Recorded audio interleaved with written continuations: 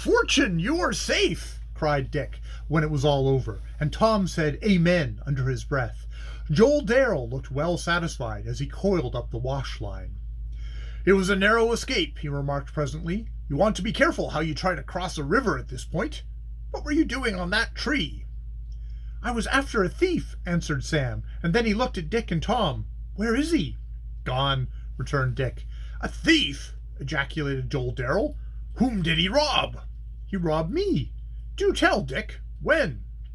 "About a half-hour ago. I was coming from the Corners with the mail when he pointed on me near our berry patch and knocked me down. He took my pocketbook and watch, but Sam and Tom came up and we chased the fellow and got the pocketbook back." "But he kept the watch?" "Yes." "Was it a good one?" "It was a gold watch that my father paid $65 for, and the chain was worth 10. And, what is more, the watch was the one my father used to wear, and as he is gone now, I thought a good deal of it on that account." "That's natural, my boy. But where did the thief go?" "He came across the river about a quarter of a mile above here." "Then he had a boat?" "Yes, a craft painted brown, with white stripe around her."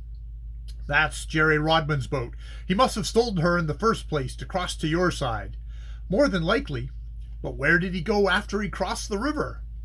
"Into the bushes, I guess. You see, Tom went overboard from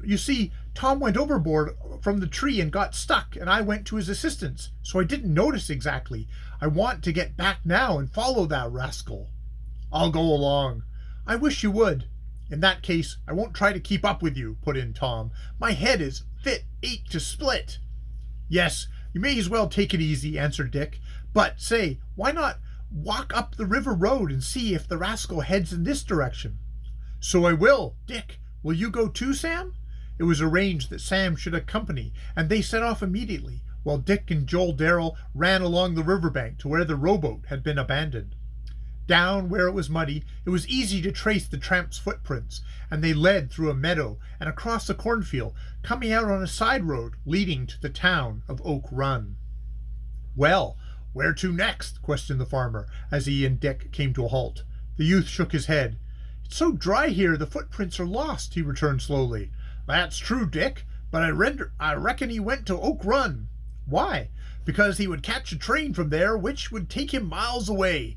I guess that it is what he wants to do just about now." "But there is something in that." "Besides, you know the other end of the road ends up in the woods. He wouldn't go there." "I had best start for Oak Run, then." "I'll go along." The distance was 1.5 miles, and they thought they would have to walk it, but hardly had a dozen rods been covered when they heard the sound of wagon wheels and a grocery turnout, and came into sight driven by a boy Joel Darrell knew well. This comes in just right," observed Darrell to Dick. "Hi there, Harry Oswald. Give us a lift to Oak Run, will you?" "Certainly, Mr. Darrell," answered the grocery boy, and brought his store wagon to a stop. The farmer leaped to the seat, and Dick followed. On the way, Harry Oswald was made acquainted with the situation, and he drove along with all possible speed. They were just entering the outskirts of Oak Run when the whistle of the locomotive was heard. That's the down train for Middletown," cried Joel Darrell. "Hurry up."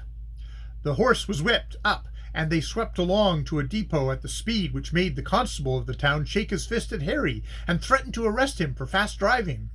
"Too late!" The words came from Dick, and he was right. Before the depot was reached, the long train had pulled out. Soon it was lost in the distance. The thief was on it, and his escape, for the time being, was now assured. End of Chapter 3.